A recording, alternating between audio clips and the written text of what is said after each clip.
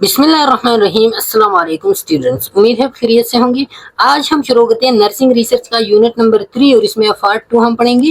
Part 2 में हम जो है ना डिस्कस करेंगे कि रिसर्च टॉपिक क्या है, रिसर्च प्रॉब्लम क्या होता है, रिसर्च पर्पस क्या होता है, रिसर्च क्वेश्चन और रिसर्च ऑब्जेक्टिव के बारे में हम इन डिटेल से पढ़ेंगे। इसके दरमियान डिफरेंसेस क्या क्या होते हैं। सबसे पहले जो हम शुरू करते हैं वो होता है रिसर्च टॉपिक। जब भी हम रिसर्च शुरू करते हैं तो शुरू हमारा होता है रिसर्च टॉपिक से। हम टॉपिक्स ढूंढते हैं और टॉपिक्स के बाद जो है ना हम उस रिसर्च के बारे में जो है ना फिर फर्दर चलते हैं। रिसर्च टॉपिक क्या होता है, ये ब्रॉडर एरिया ऑफ इंटरेस्ट होता है। आपका इंटरेस्ट किस चीज में है, आप किस चीज में जो है ना रिसर्च करना चाहते हो, तो उसका इंटरेस्ट का एरिया का जो टॉपिक होता है उसको हम कहते हैं रिसर्च टॉपिक। ओके, दूसरी तरफ जो है ना होता है रिसर्च प्रॉब्लम, जो हम बाद में डिटेल से पढ़ेंगे। और वो प्रॉब्लम क्या होता है कि विद इन रिसर्च टॉपिक जो आपका स्पेसिफिक चीज होता है, जिस चीज को आप ढूंढना चाहते हो, जो क्वेश्चन आपका स्पेसिफिक होता है, जो गैप होता है, जिस गैप को जो है ना आप पुल करना चाहते हो, तो वो क्या होता है रिसर्च प्रॉब्लम होता है। ओके, और रिसर्च प्रॉब्लम फिर क्वालिटेटिव क्वांटिटेटिव होगा, तो ये जो है ना ये हम बाद में इन डिटेल से पढ़ते हैं। A research topic is a concept of broad issue that is permanent and this is important to nursing such as acute and chronic pain management, coping with illness or health promotion. Research topic क्या होता है, ये is a concept or broader issue that is important to nursing. ये क्या होता है, ये एक कंसेप्ट होता है या एक ब्रॉडर इशू जिसके बारे में हम अपना रिसर्च करना चाहते हैं, जो एक्यूट होगा या क्रॉनिक होगा। या तो आप जो है ना क्रॉनिक पेन मैनेजमेंट करते हो या एक्यूट पेन मैनेजमेंट करते हो, तो ये क्या होता है, आप कहते हो कि मैंने जो है ना एक्यूट पेन मैनेजमेंट के बारे में मैंने रिसर्च करना है। तो ये एक्यूट पेन मैनेजमेंट जो है ना ये क्या है, ये आपका इंटरेस्ट एरिया है। आप कहते हो कि कोपिंग विद इलनेसेस, इसके बारे में मैंने रिसर्च करना है, या हेल्थ प्रमोशन के बारे में मैंने रिसर्च करना है, तो ये आपके इंटरेस्ट का एरिया है और इसको हम कहते हैं research topic. Each topic contains numerous potential research problems to guide quantitative and qualitative study. अब हर एक टॉपिक के अंदर जो है ना क्या होता है, पोटेंशियल रिसर्च प्रॉब्लम्स होते हैं। जैसा कि मैंने ऊपर आपको कहा कि रिसर्च प्रॉब्लम वो जो क्वेश्चंस होते हैं जिसके बारे में, जिस चीज के बारे में आप जो है ना जो गैप होता है रिसर्च में। रिसर्च ऑलवेज कब की जाती है, जब जो है ना आप स्टडी करते हो और स्टडी के दरमियान आपको पता चलता है कि यहाँ पे इस चीज के बारे में जो है ना साइंटिस्ट ने काम नहीं किए, तो वो क्या होता है, वो गैप होता है। और उस गैप को फिल करने के लिए फिर जो है ना आप रिसर्च करते हो। तो वो जो गैप होता है उस गैप को हम रिसर्च में क्या कहते हैं, रिसर्च प्रॉब्लम कहते हैं। तो उसी रिसर्च प्रॉब्लम जो है ना वो आते हैं अंडर द रिसर्च टॉपिक। तो रिसर्च प्रॉब्लम फिर होता है क्वांटिटेटिव और क्वालिटेटिव स्टडी डिजाइन। एग्जाम्पल इसका क्या है, effective intervention for chronic pain. तो ये देखिए कि effective intervention for chronic pain के लिए इफेक्टिव इंटरवेंशन। तो इफेक्टिव इंटरवेंशन जैसे कि पहले पार्ट में हमने पढ़ा था कि ये क्या होता है, ये क्वांटिटेटिव होता है। लेकिन ऑन द अदर एस्पेक्ट इसमें आप इफेक्टिविटी या रिलेशनशिप जो है ना आप शो करते हो कि ये वाला इंटरवेंशन जो है ना ये इफेक्टिव है या ये वाला इंटरवेंशन इफेक्टिव है, जो क्वांटिटेटिव में आता है। और lived experiences of chronic pain, तो इसमें क्या है, लिव्ड एक्सपीरियंसेस के बारे में आप, ओपिनियंस के बारे में आप पूछते हो, तो ये क्या होता है, ये क्वालिटेटिव रिसर्च टॉपिक होता है। ओके, तो टॉपिक के बारे में फिर आप क्वांटिटेटिव क्वालिटेटिव जो है ना वो आप करते हो, डिवाइड करते हो। अच्छा, criteria for selecting research topic आपने जो है ना किस तरह सेलेक्ट करना है, तो सबसे पहले रेलेवेंस और सिग्निफिकेंस। आप किस चीज को देखेंगे, आप रेलेवेंस को, कि आपकी सोसाइटी के साथ, आपकी सोसाइटी में जिस चीज की डिमांड है उसके साथ ये रिलेवेंट है या नहीं, या इस टॉपिक के कोई सिग्निफिकेंस है या नहीं। Does it address important issues, क्या ये इंपॉर्टेंट इशू को एड्रेस करता है ये रिसर्च टॉपिक या नहीं। अगर करता है तो आपने टॉपिक को, उसी टॉपिक को सेलेक्ट करना है। अवॉइडेंस ऑफ डुप्लीकेशन, फिर जो है ना आप पास्ट पब्लिकेशन को आप देखोगे, पास्ट रिसर्च को आप देखोगे कि जो टॉपिक मैं सेलेक्ट करता हूँ आया इसके बारे में पहले काम हुआ है या नहीं। अगर काम नहीं हुआ है तो फिर आपने जो है ना उसी टॉपिक को सेलेक्ट करना है। Urgency of data needed timelines, तो इसमें क्या होता है, as any development that needs new. Urgency of data needed mean कि कोई डेवलपमेंट न्यू आया है और उस डेवलपमेंट के बारे में आपने रिसर्च करना है कि क्या वो इफेक्टिव है या नहीं है, उसी के बारे में आपने डेटा कलेक्ट करना होता है, तो ये अर्जेंसी होता है। ओके, तो अगर इस तरह की अर्जेंसी है तो तभी भी जो है ना उसी के बारे में आप रिसर्च कर सकते हो। Political acceptability of the study, फिर जो टॉपिक आप सेलेक्ट करते हो तो पॉलिटिकली वो एक्सेप्टेबल है या नहीं है। इसका सिंपल मतलब ये कि एथिकल पॉलिटिकल कंसिडरेशन को आप देखोगे कि क्या रिसर्च टॉपिक जो है ना सेंसिटिव तो नहीं है, सोसाइटी में लोग बुरा तो नहीं मानते, या कंट्रोवर्शियल डेटा तो इसमें हम कलेक्ट नहीं करते। तो इसको जो है ना आप पॉलिटिकल एस्पेक्ट भी इसका आप देखोगे कि कम्युनिटी में लोग इसको एक्सेप्ट करते हैं या नहीं। फिजिबिलिटी ऑफ द स्टडी, फिर जो है ना आप इसको फिजिबिलिटी को देखोगे कि जो टॉपिक मैं सेलेक्ट करता हूँ आया वो फिजिबल है या नहीं। और इसमें फिजिबिलिटी में मेनली क्या होता है, रिसोर्सेज होते हैं, फाइनेंशियल आप देखोगे, आप जो है ना इंस्ट्रूमेंट्स वगैरह चीजों को आप देखोगे कि क्या ये चीज मैं अफोर्ड कर सकता हूँ ये नहीं। एप्लीकेबिलिटी ऑफ द रिजल्ट्स, फिर जो है ना आप रिजल्ट्स अगर इसके बाद जो है ना इसका ये वाला रिजल्ट आता है तो क्या वो एप्लीकेबल होगा या नहीं। Can it be applied to the real world. और एथिकल एक्सेप्टेबिलिटी, एथिकली लोग जो है ना इसको मानते एक्सेप्टेबल है या नहीं। इनफॉर्म कंसेंट आपने इसमें ली है या नहीं, एनानिमिटी का आपने ख्याल रखे या नहीं, पार्टिसिपेंट वेल बीइंग का, कंफिडेंशियलिटी का, इन चीज़ों का आपने ख्याल रखा या नहीं। तो जब आप इन चीज़ों का ख्याल रखते हो तो वो टॉपिक जो है ना एथिकली एक्सेप्टेबल भी होता है। तो जब भी आप कोई टॉपिक सेलेक्ट करते हो तो आपने इन चीज़ों का ज़रूर ख्याल करना होता है। ओके, अच्छा, फिर इसके बाद यही वाले जो क्राइटेरिया हमने पढ़ा, तो इस क्राइटेरिया का अलग एक स्केल होता है, एक चार्ट होता है, और उस चार्ट में एक स्केल में जो है ना आपने उसको नंबर देने होते हैं कि कितना जो है ना ये रिसर्च, ये बेसिकली रिसर्च क्रिटिक में जो है ना ये यूज होता है कि रिलेटिंग रिसर्च टॉपिक जो है ना, रेटिंग रिसर्च टॉपिक को आपने रेट करना होता है कि कितना जो है ना वो रिलेवेंट है, इंपॉर्टेंट वगैरह है। तो सबसे पहले आपने रिलेवेंसी को, फिर जो है ना आपने अवॉइडेंस ऑफ डुप्लीकेशन को देखना है, फिर ने फिजिबिलिटी ऑफ द रिसर्च, फिर जो है ना पॉलिटिकल एक्सेप्टेबिलिटी, फिर एप्लीकेबिलिटी, और फिर जो है ना अर्जेंसी ऑफ डेटा नीडेड, और इन एथिकल कंसिडरेशन। अब हर एक को इधर आपका एक टॉपिक है, दूसरा टॉपिक, तीसरा टॉपिक, चौथा टॉपिक, पांचवा टॉपिक, इधर जो है ना आप नंबरिंग दोगे, नंबरिंग फ्रॉम 1 to 3 आप दोगे। 1 जो है ना वो लो होगा, 2 जो है ना मीडियम के लिए होगा, और 3 जो है ना हाई के लिए होगा। तो आपने अगर 3 दे दिया तो इसका मतलब ये है कि ये टॉपिक जो है ना ये ज्यादा रेलिवेंट है, ज्यादा सिग्निफिकेंट है। इधर 2 दे दिया तो इसका मतलब है कि एक दर्जा जो है ना इसमें एक दर्जे की डुप्लीकेशन वगैरह इसमें है। फिजिबिलिटी आपने 3 दिया है, मतलब है कि मोस्ट फिजिबल है। ओके, तो ये जो है ना ये आप स्केलिंग करोगे रिसर्च टॉपिक को रेट करने के लिए। अच्छा, ये रिसर्च टॉपिक। अब इसके बाद हम आते हैं रिसर्च प्रॉब्लम क्या है। जैसे कि हमने पहले ही पढ़ा कि ये विद इन द टॉपिक जो क्वेश्चन होता है, जो गैप होता है, जिस गैप को आप पुल करना चाहते हो, तो पेल करना चाहते हो, तो वो क्या होता है, वो आपका रिसर्च प्रॉब्लम होता है। Research problem is an area of concern where there is a gap in the knowledge base needed for nursing practice. ये जो है ना ये क्या होता है, is an area of concern, एक कंसर्न का एरिया होता है मेन की। ये जो है ना ये क्या होता है, इसकी इसके तरफ जो है ना ध्यान लेना, और इसको जो है ना कंसर्न में लाना, इसको जो है ना फोकस में लाना क्या होता है, अहम होता है। Where there is a gap in the knowledge base needed for nursing practice। और नर्सिंग प्रैक्टिस में, इस नर्सिंग प्रैक्टिस में जो नॉलेज दरकार होता है, तो उसी नॉलेज में जो है ना इधर गैप है, और इस गैप को जो है ना आपने इधर इसी रिसर्च के थ्रू जो है ना फिल करना है। तो जो गैप होता है ना, गैप को हम क्या कहते हैं, उसको हम कहते हैं research problem. Okay, research problem is significant when it has the potential to generate or refine knowledge or influencing nursing practice or both.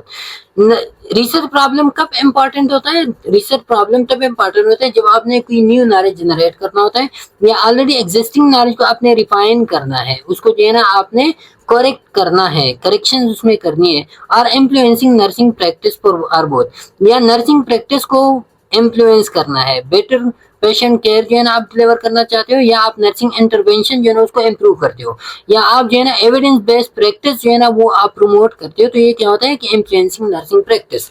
तो जब भी जो है ना आप कोई रिसर्च करते हो तो रिसर्च के लिए रिसर्च प्रॉब्लम जरूरी होता है। रिसर्च प्रॉब्लम आपका, रिसर्च जिस चीज पे चल रहा है, आप जिस चीज के बारे में रिसर्च करना चाहते हो, तो उसी को, उसी प्रॉब्लम को, उसी गैप को हम रिसर्च प्रॉब्लम कहते हैं। अब इन पब्लिश स्टडी रिसर्च प्रॉब्लम, एक पब्लिश स्टडी में रिसर्च प्रॉब्लम क्या होता है, किस तरह identifies in area of concern for particular population. अब जो है ना identifies in area of concern for particular population, अब जो है ना पर्टिकुलर पॉपुलेशन के लिए जो एरिया ऑफ कंसर्न है, जो इश्यूज है, उसको आप आइडेंटिफाई करोगे। ये क्या होता है, इसी के बारे में रिसर्च होता है मोस्टली।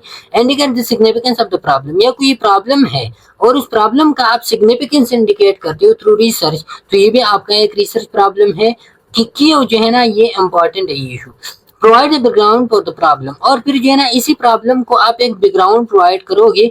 बैकग्राउंड का मतलब ये कि आप इसी प्रॉब्लम की वजह से जो एग्जिस्टिंग रिसर्च है उनको आप जो है ना क्या करोगे, रिव्यू करोगे। Outline the need for additional study in a problem statement, और आप जो है ना फिर कहोगे कि ये प्रॉब्लम है और इसी प्रॉब्लम के बारे में जो है ना हमने मजीद स्टडी करना है। कौन कौन सा स्टडी करना है, तो वो जो है ना आप इंडिकेट्स एरिया ऑफ रिसर्च जो है ना फिर आप इंडिकेट करोगे कि ये प्रॉब्लम है।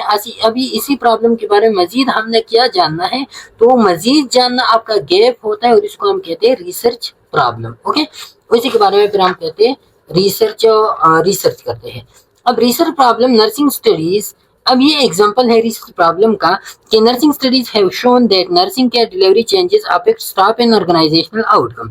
अब ठीक है, ये रिसर्च हुआ है कि यार नर्सिंग केयर डिलीवरी में जब चेंज आते हैं तो इसी की वजह से स्टाफ भी अफेक्ट होते हैं, इसकी वर्कलोड वगैरह के बारे में, इसके मेंटल हेल्थ के बारे में, और ऑर्गेनाइजेशनल आउटकम्स भी अफेक्ट होते हैं। अगर डिलीवरी में अच्छी चेंजेस आए तो ऑर्गेनाइजेशनल आउटकम बेहतर हो गया, अगर चेंजेस सही नहीं है तो ऑर्गेनाइजेशनल आउटकम कम होते हैं। तो ये कहते हैं कि नर्सिंग स्टडी इसी के बारे में तो है, but the effects on client outcome have not been studied sufficiently. लेकिन क्लाइंट आउटकम के बारे में कोई फोकस नहीं करता, अभी तक जो है उसी के बारे में कोई रिसर्च वगैरह नहीं हुआ है। तो ये क्लाइंट आउटकम में मिसिंग है, तो ये क्या है, ये गैप है। और इसी गैप को फिल करने के लिए आपने क्लाइंट आउटकम के बारे में रिसर्च करना होता है।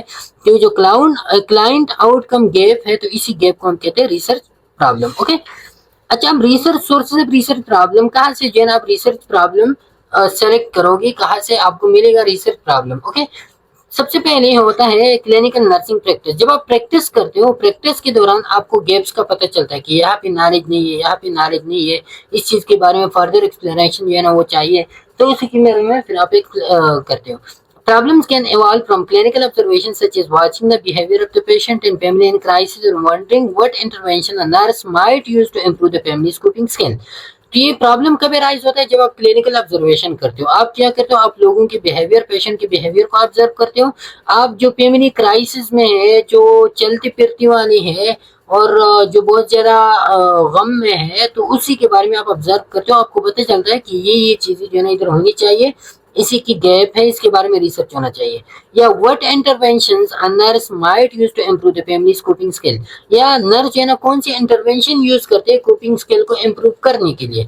तो उसी इंटरवेंशन में जो गैप्स है, उसी गैप्स के बारे में फिर आप रिसर्च करते हो। रिसर्चर एंड पीयर इंटरेक्शन, जब आप किसी रिसर्च है, एक्सपर्ट पर्सन है, एक्सपीरियंस रिसर्चर है और वो आपका मेंटोर है, तो वो आपको बताता है, क्योंकि उनको जो है ना सब चीजों के बारे में पता होता है और उन्होंने उनके ऑब्जर्वेशन बहुत ज्यादा होते हैं, तो वो आपको बताते कि कहाँ पे जो है ना नॉलेज गैप है, किस चीज पे आपने काम करना है। ओके, या पीयर इंटरेक्शन से आपको पता चलता है, दोस्तों वगैरह से।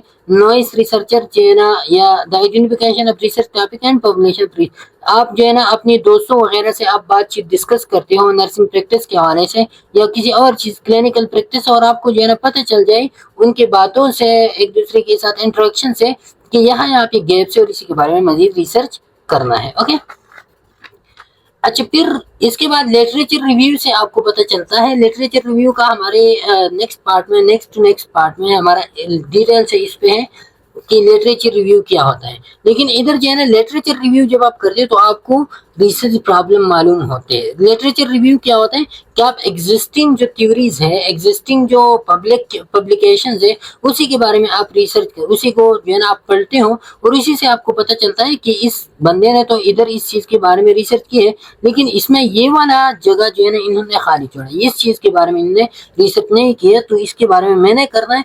तो ये फिर आपको जो है ना रिसर्च प्रॉब्लम मिलता है। Okay, reviewing research journals and thesis and dissertations, जो भी रिसर्च वर्क होता है, चाहे वो जर्नल्स हो, चाहे वो थीसिस हो, चाहे वो डिसर्टेशन हो, तो ये सारे के सारे क्या होते हैं, रिसर्च वर्क्स होते हैं। तो जब आप इन चीजों को रिव्यू करते हो, तो रिव्यू के बाद reviewing the literature is a way to identify a study to replicate, because इसी रिव्यू के थ्रू जो है ना आप क्या आइडेंटिफाई करते हो, आप ये आइडेंटिफाई करते हो कि establish the credibility of the finding. Literature क्या करते हैं, वो जो है ना लिटरेचर रिव्यू जब आप करते हो तो आपको पता चलता है कि ये चीजें जो है ना ये क्रेडिबल है या नहीं है। इस चीज के बारे में, ये जो आउटकम्स आए हैं इस आउटकम्स के बारे में अवर रिसर्चर क्या कहते हैं, तो आप उसकी क्रेडिबिलिटी को मालूम करते हो।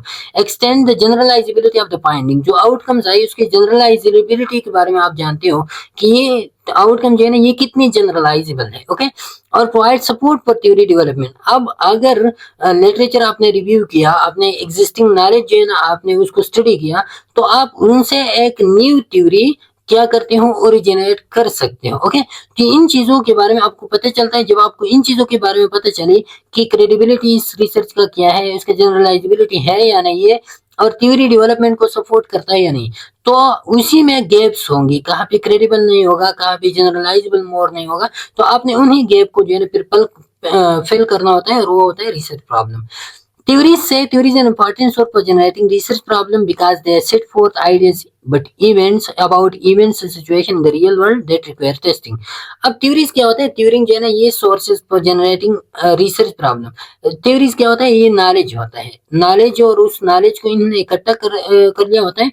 अब जब आप थ्योरीज को जो है ना पढ़ते हो तो थ्योरीज से आपको पता चलता है कि कहाँ कहाँ पे गैप्स है। ओके, और थ्योरीज को जो है ना आप फिर टेस्ट करते हो, आप जो है ना उसको अप्लाई करते हो एनवायरनमेंट में कि उनसे जो है ना फाइंडिंग्स क्या आते हैं, और फाइंडिंग से फिर आपको जो है ना गैप्स मिलते हैं, वो आपका रिसर्च प्रॉब्लम होता है। Okay, research priorities, research expert researcher है, स्पेशलिटी ग्रुप है, जैसा कि नर्सिंग में कार्डियक वार्ड वाले हैं, या जो है ना इमरजेंसी वार्ड वाले, ईसीसीयू वाले हैं, एनआईसीयू वाले, तो ये स्पेशलिटी ग्रुप है। तो हर एक को अपनी स्पेशलिटी के बारे में ज्यादा नॉलेज होता है, या जितने भी प्रोफेशनल ऑर्गेनाइजेशंस होते हैं या फंडिंग एजेंसीज जितने भी होते हैं जो रिसर्च वालों को फंड करते हैं, तो इन लोगों को पता चलता है, और ये जब फंड करते हैं तो फिर वो प्रायोरिटी भी सेट करते हैं कि आपने जो है ना इसी इश्यूज के बारे में आपने रिसर्च करना है, इसी प्रॉब्लम को आपने उजागर करना है। ओके, तो रिसर्च प्रायोरिटी जो है ना वो कौन सेलेक्ट करते हैं, ये researcher, specialty group, professional organization या फंडिंग एजेंसीज।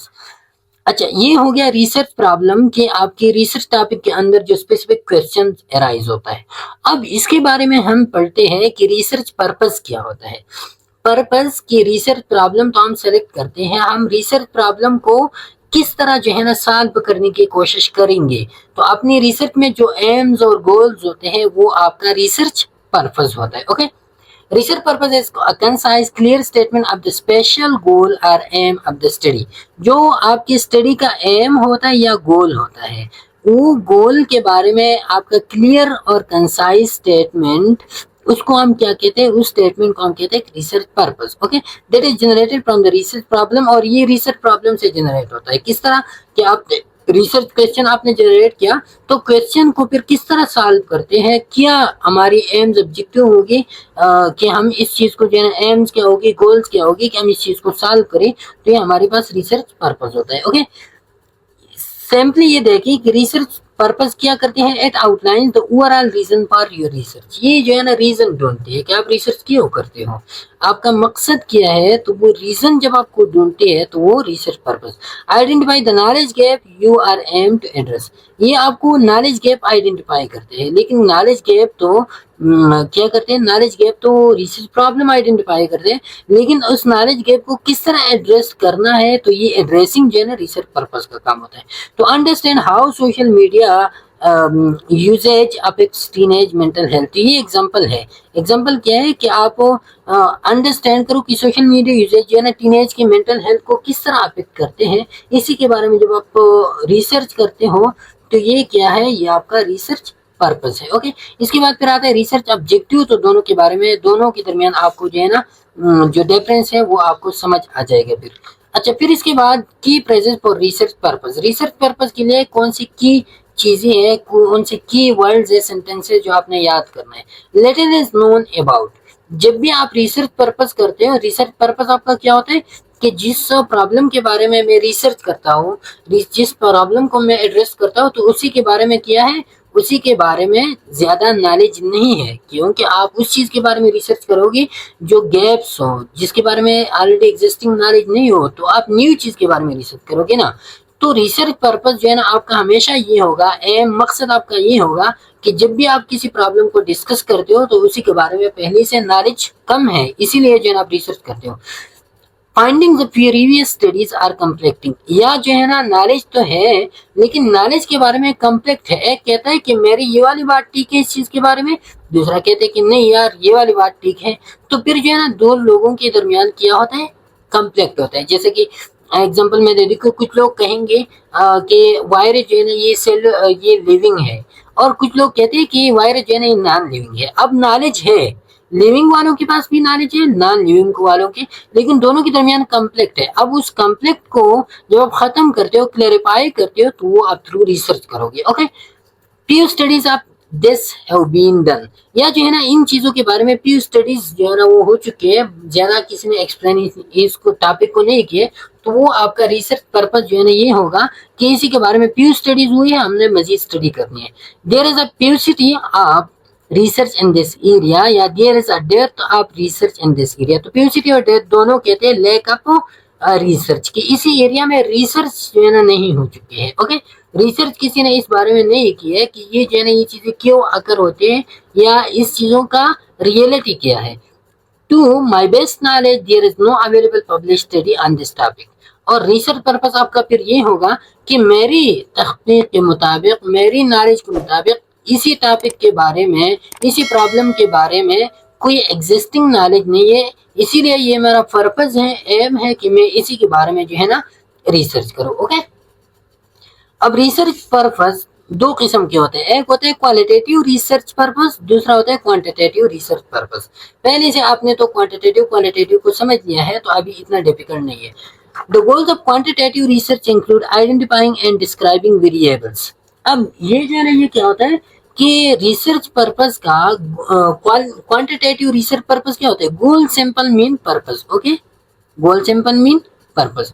तो क्वांटिटेटिव पर्पस क्या होता है, क्वांटिटेटिव गोल्स ये होते हैं कि आप जो है ना चीजों को आइडेंटिफाई करते हो, या डिस्क्राइब वेरिएबल को डिस्क्राइब करते हो, या रिलेशनशिप को एग्जामिन करते हो, काज एंड इफेक्ट रिलेशनशिप आप ढूंढते हो अमंग द वेरिएबल्स, या जो है determine the effectiveness of intervention, effectiveness को आप ढूंढते हो कि ये वाला इफेक्टिव है या ये वाला। एंड मैनेजिंग क्लिनिकल प्रॉब्लम, तो क्लिनिकल प्रॉब्लम में जब भी आप identification, describing relationship, cause and effect या determining effectiveness of the intervention, तो ये सारी की सारी चीजें ये एम्स की कौन सी स्टडी के होते हैं, क्वांटिटेटिव स्टडी के एम्स ये वाले होते हैं, जिसको हम कहते हैं research purpose for the quantitative study. अब research purpose for the qualitative study क्या होगा, तो इसमें हमने कहा था कि इसमें हम ओपिनियंस को देखते हैं, इंडिविजुअल एक्सपीरियंसेस को देखते हैं। The goals of quantitative research includes exploring a phenomena such as depression as it is experienced by the pregnant woman. एक फिनोमेना को आप एक्सप्लोर करते हो, जैसा कि क्या होता है कि प्रेग्नेंट वुमेन जो डिप्रेशन की शिकार होते हैं, डिप्रेशन को एक्सपीरियंस करते हैं, तो आप हर एक प्रेग्नेंट वुमेन अलग तरीके से डिप्रेशन को एक्सपीरियंस करते हैं। तो ये क्या होता है, क्वालिटेटिव स्टडी है। Developing theories to describe and manage clinical situation, किसी क्लिनिकल सिचुएशन को आप डिस्क्राइब करते हो, उसके बारे में थ्योरी डेवलप करते हो, तो ये भी जो है ना कि क्वालिटेटिव पर्पस है। Examining the health practices of certain culture, तो ये भी क्या है, सर्टेन कल्चर के हेल्थ प्रैक्टिसेस आप मालूम करते हो। या जो है ना, and describing the historical evaluation of the leaders in the profession and health related issues, events and situation, ये वाली चीजें जो है ना ये आप डिस्क्राइब करने की कोशिश करते हो, इवैल्यूएशन आप करते हो, या जो है ना हेल्थ रिलेटेड इश्यूज को आप डिस्क्राइब करते हो, या कुछ इवेंट्स को, कुछ सिचुएशन को आप डिस्क्राइब करते हो। तो ये डिस्क्राइबिंग का लफ्ज जो है ना ये क्या होगा, ये जो है ना डिस्क्राइबिंग है, लेकिन डिस्क्राइबिंग में आप जो है ना इंडिविजुअल एक्सपीरियंसेस को आप देखते हो। आप हेल्थ रिलेटेड इश्यूज, तो हेल्थ रिलेटेड इश्यूज क्या है, leaders and the profession, and अब health related issues, events and situation, events है, इश्यूज है या सिचुएशन है, तो उसी के बारे में लोग जो है ना किस तरह तासुरात रखते हैं, उन तासुरात को जब आप डिस्क्राइब करते हो, तो वो आपका फिर होगा क्वालिटेटिव स्टडी, क्योंकि पर्सनल ओपिनियन इसमें आ गए। ओके, अच्छा, फिर रिसर्च पर्पज में फोकस ऑफ आउटकम्स, जो रिसर्च कुछ रिसर्च जैसे होते हैं जिसमें आप आउटकम्स पे फोकस करते हो, तो वो रिसर्च जो है ना वो क्या होता है कि focus of outcome research is to identify, describe and improve the outcomes are in result of patient care. तो अब जो फोकस ऑफ आउटकम्स वाले रिसर्च होते हैं, तो इसका पर्पस क्या होता है कि आप चीज को आइडेंटिफाई करो, एंड रिजल्ट को आप आइडेंटिफाई करो, उसको आप डिस्क्राइब करो, उसको आप इम्प्रूव करो। तो ये एंड रिजल्ट जब आप उसके बारे में रिसर्च करते हो, तो वो उसका रिसर्च पर्पस जो है ना वो ये होगा कि आप इन चीज को identify, describe, improve the outcome. Okay, अब इंटरवेंशन रिसर्च है जिसमें आप इंटरवेंशन करते हो, तो उसका रिसर्च पर्पस क्या होगा? Focuses on investigating the effectiveness of a nursing intervention in achieving the describing of outcomes in a natural setting. तो इंटरवेंशन रिसर्च में आपका रिसर्च पर्पस ये होता है कि आप नर्सिंग इंटरवेंशन के इफेक्टिवनेस को मालूम करो। ओके, और ये जो है ना, ये कौन सी सीटिंग में इसके बेस्ट आउटकम जो है ना वो आते हैं, तो वो आप मालूम करो। तो ये रिसर्च पर्पस आपके इंटरवेंशन रिसर्च का होगा। अब examine the feasibility of problem and purpose.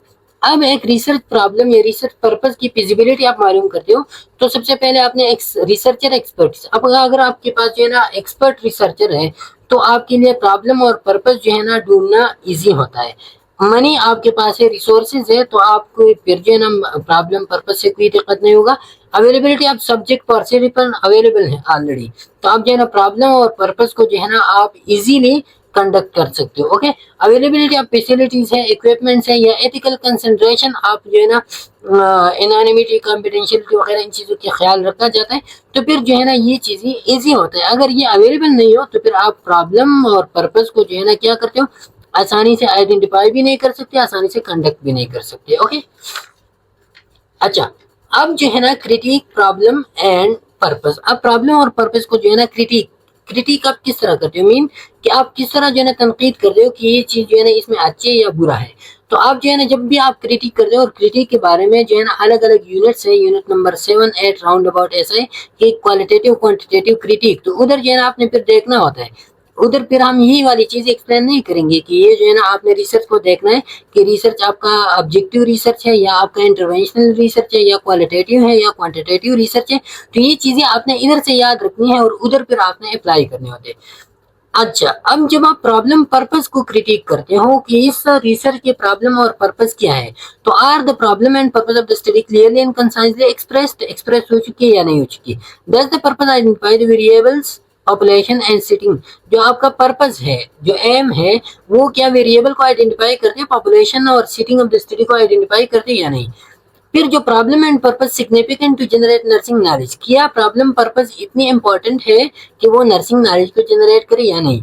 अच्छा, was it possible, what is feasible for the researcher to study the problem and purpose identified, क्या रिसर्चर के लिए feasible था या नहीं था, ये आपका क्रिटिक होता है। ओके, अच्छा, इसके बाद जो है फिर हम पढ़ते हैं रिसर्च ऑब्जेक्टिव्स क्या होते हैं। जैसे कि हमने रिसर्च पर्पस पढ़ा, तो रिसर्च पर्पस आपका एक ब्रॉडर ओवरव्यू था, आपका ब्रॉडर कंसेप्ट था, आपका एम्स और गोल्स थी।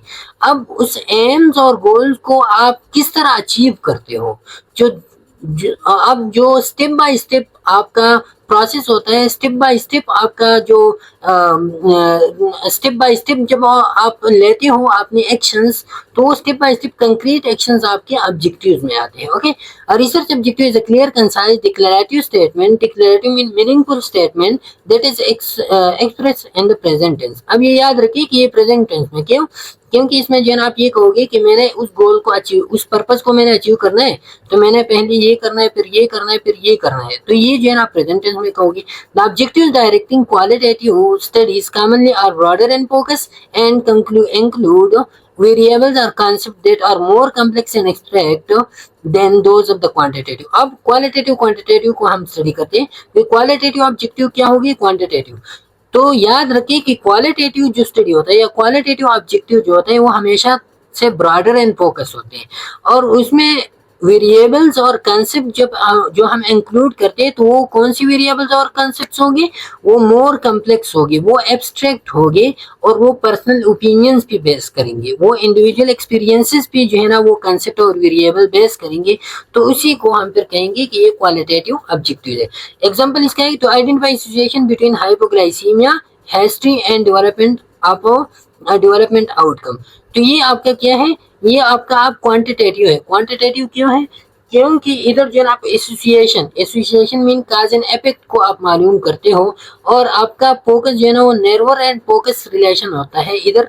तो रिलेशनशिप जब आप मालूम करते हो, तो ये क्या होता है, ये कौन सा, ये क्वांटिटेटिव स्टडी होता है। क्वांटिटेटिव ऑब्जेक्टिव आपका ये है to describe families perception about social and, perception का लफ्ज आगे इधर देखिए, social and emotional consequences for the children resulting from school participation. तो अब इधर परसेप्शन को आप लोगों के मालूम, इंडिविजुअल एक्सपीरियंसेस को आप जानते हो, तो ये आपका क्वालिटेटिव ऑब्जेक्टिव ब्रॉडर कम्प्लेक्स और एब्स्ट्रैक्ट है। अब ये याद रखिए कि रिसर्च ऑब्जेक्टिव और पर्पस के दरमियान डिफरेंस क्या है। तो रिसर्च ऑब्जेक्टिव ये स्टेप बाय स्टेप जो है ना क्या है, specific steps taken to fulfill research purpose.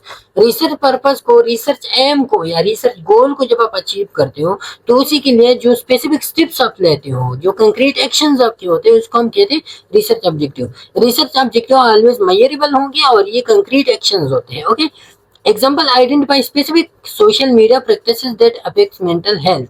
जैसे कि हमने पहले रिसर्च प्रॉब्लम में कौन सा एग्जाम्पल दिया था, to understand how social media usages affect teenage mental health.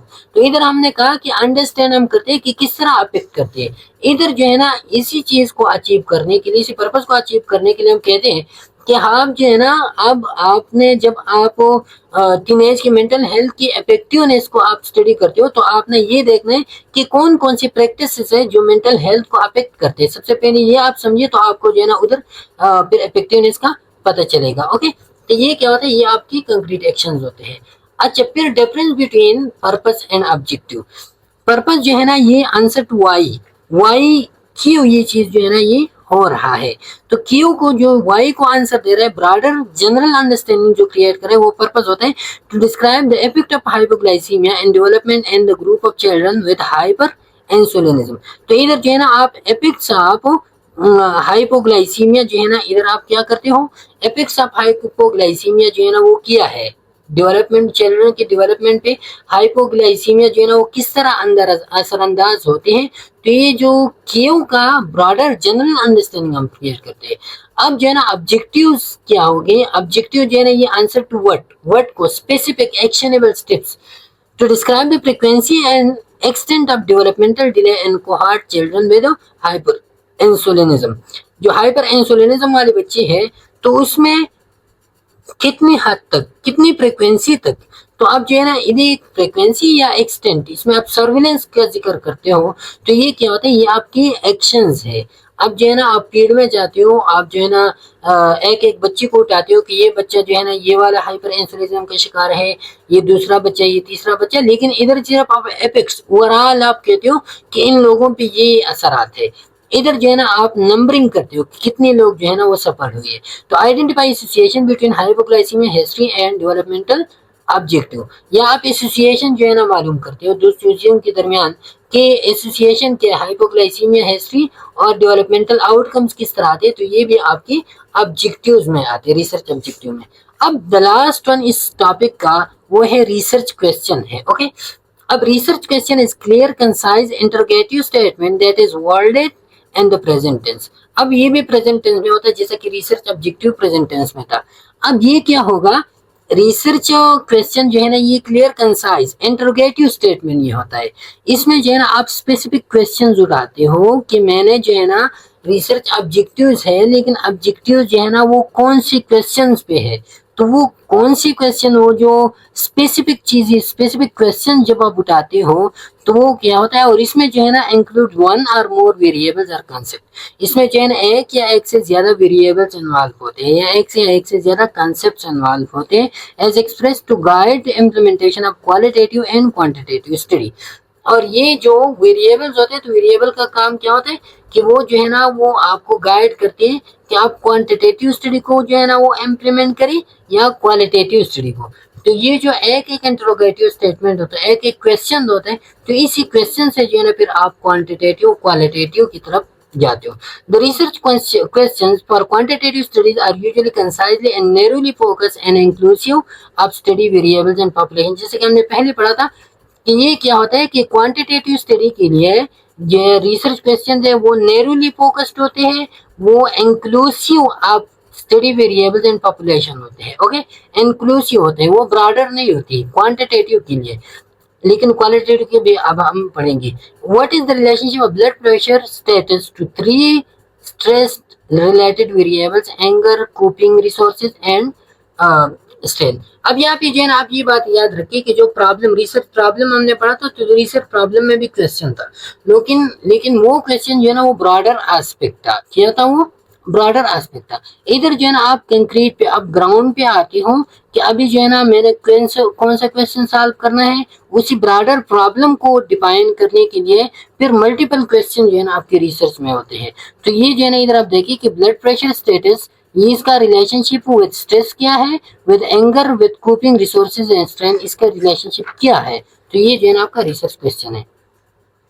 अच्छा, अब research question directing qualitative studies often are limited in numbers, broadly focused and exclusive of study variables are concept to be studied। अब आपका जो research questions होते हैं तो ये क्या होते हैं, ये तो हमने इधर पढ़ा कि नैरोली फोकस्ड होगी, कौन सी वाली, quantitative research question. Qualitative research question जो है ना ये क्या होगी, ये लिमिटेड नंबर्स इसमें कम होगी, नंबर्स कम होगी, लेकिन इसमें एक्सपीरियंसेस, परसेप्शंस, ये चीजें ज्यादा होगी। ये ब्रॉडली फोकस्ड होगा, वो नैरोली फोकस्ड था। ये inclusive of the study variables and concept to be study, उसमें भी इंक्लूसिविटी था, उसमें भी वेरिएबल थी और इसमें भी वेरिएबल है। लेकिन इसमें डिफरेंस क्या है, इसमें परसेप्शंस वाली क्वेश्चन होगी, इसमें एक्सपीरियंसेस वाली क्वेश्चन होगी, इसमें नंबरिंग वाली क्वेश्चन बहुत कम होगी और ये ब्रॉडली फोकस होगा। जैसा कि इधर how do depressed adolescents and their families decide whether to use mental health services, तो किस तरह जो है ना डिप्रेस्ड लोगों ने ये डिसाइड किया कि हमने जो है ना मेंटल सर्विसेज को यूज करने, तो किस तरह उन्होंने डिसाइड किया, तो किस तरह का मतलब ये कि आपने ब्रॉडली जो है ना उनसे क्वेश्चन पूछने हैं, हर एक आपको अलग अलग जवाब देगा कि मैंने इस वजह से, मैंने इस वजह से। तो ये जो है ना फिर होगा क्वालिटेटिव स्टडी क्वेश्चन। ओके, अच्छा, अब जो है ना तो जब भी हम रिसर्च करते हैं तो रिसर्च में हम फ्रॉम जनरल टू स्पेसिफिक जाते हैं। ये याद रखिए कि रिसर्च में हम जनरली जो है ना सबसे पहले आप रिसर्च टॉपिक से पहले जो आपका रिसर्च इंटरेस्ट होता है, जहाँ पे आपका इंटरेस्ट है, इंटरेस्ट जो है कौन सा फील्ड है, नर्सिंग फील्ड है आपका, जो है ना इंजीनियरिंग है, मेडिकल है, जो भी है, फिर जो है ना उस नर्सिंग फील्ड में आप रिसर्च टॉपिक ढूंढते हो क्या, कि मैंने नर्सिंग में जो है ना इंटरवेंशन भी, कि मैंने क्लिनिकल पे की साइड पे जाना है, क्लिनिकल इंटरवेंशन वगैरह, या जो है ना साइकोलॉजिकल डिप्रेस लोगों के पास जाना है, या मेंटल हेल्थ के तरफ जाना है, तो फिर वहीं आपका रिसर्च इंटरेस्ट एरिया नैरो होगा। अब इधर रिसर्च टॉपिक की तरफ आ गई।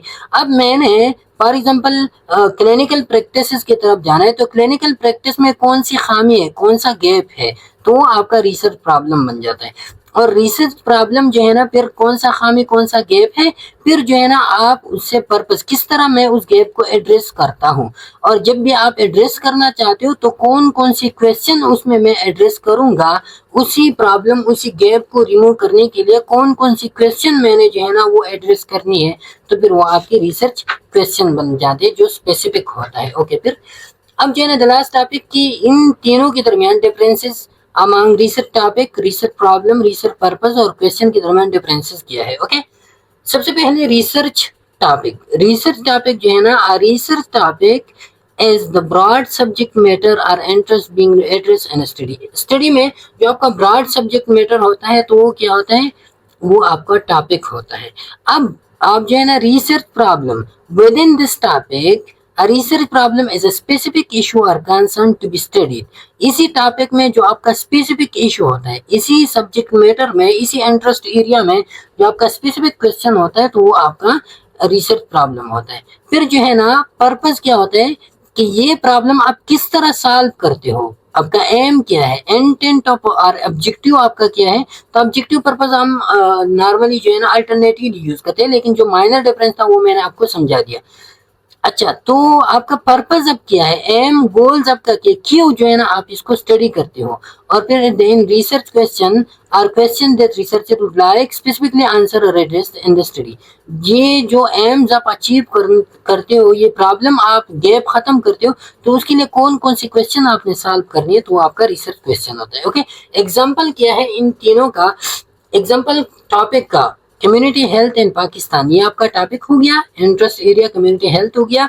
Research problem, why is community health not effective, क्यों इफेक्टिव नहीं है रूरल एरियाज में, अर्बन में तो कम्युनिटी हेल्थ इफेक्टिव है, रूरल में कम्युनिटी हेल्थ इफेक्टिव क्यों नहीं है, तो ये आपका रिसर्च प्रॉब्लम। रिसर्च स्टेटमेंट या रिसर्च पर्पस या रिसर्च ऑब्जेक्टिव क्या होगा, to explore the delivery and perception of community health care in rural areas of Pakistan. Pakistan के रूरल एरियाज में जो लोग हैं, उन लोगों की परसेप्शन को आपने जानना है कि क्यों जो है ना ये लोग, उन लोगों तक कम्युनिटी हेल्थ केयर जो है ना वो पहुंच नहीं पा रही, डिलीवरी सिस्टम क्या है, किस तरह जो है ना ये एक्सप्लोरेशन आपने करनी है, तो ये आपका पर्पस है। रिसर्च क्वेश्चन किस तरह आप एक्सप्लोर करोगे इन चीजों को, what are the experiences and perception of LHVs and LHWs regarding community health care in rural areas. तो आप जो है ना उधर जाओगी, स्पेसिफिक लोगों से आप एक एक क्वेश्चन पूछोगी, कि LHV से आप पूछोगे, आप लेडी हेल्थ वर्कर से पूछोगे कि इसी के बारे में आपका क्या एक्सपीरियंसेस है, क्यों जो है ना ये लोग महरूम है कम्युनिटी हेल्थ से। तो ये आपका फिर रिसर्च क्वेश्चन होगा। ओके, अच्छा इसके बाद हमारा जो थर्ड टॉपिक होगा, तो थर्ड पार्ट होगा, तो वो होगा अबाउट हाइपोथेसिस, टाइप्स हाइपोथेसिस और वेरिएबल्स और टाइप्स ऑफ वेरिएबल्स। तो शार्ट टॉपिक होगा इंशाल्लाह, फिर उसमें मुलाकात होगी। तब तक के लिए इजाजत दीजिए, अल्लाह हाफिज।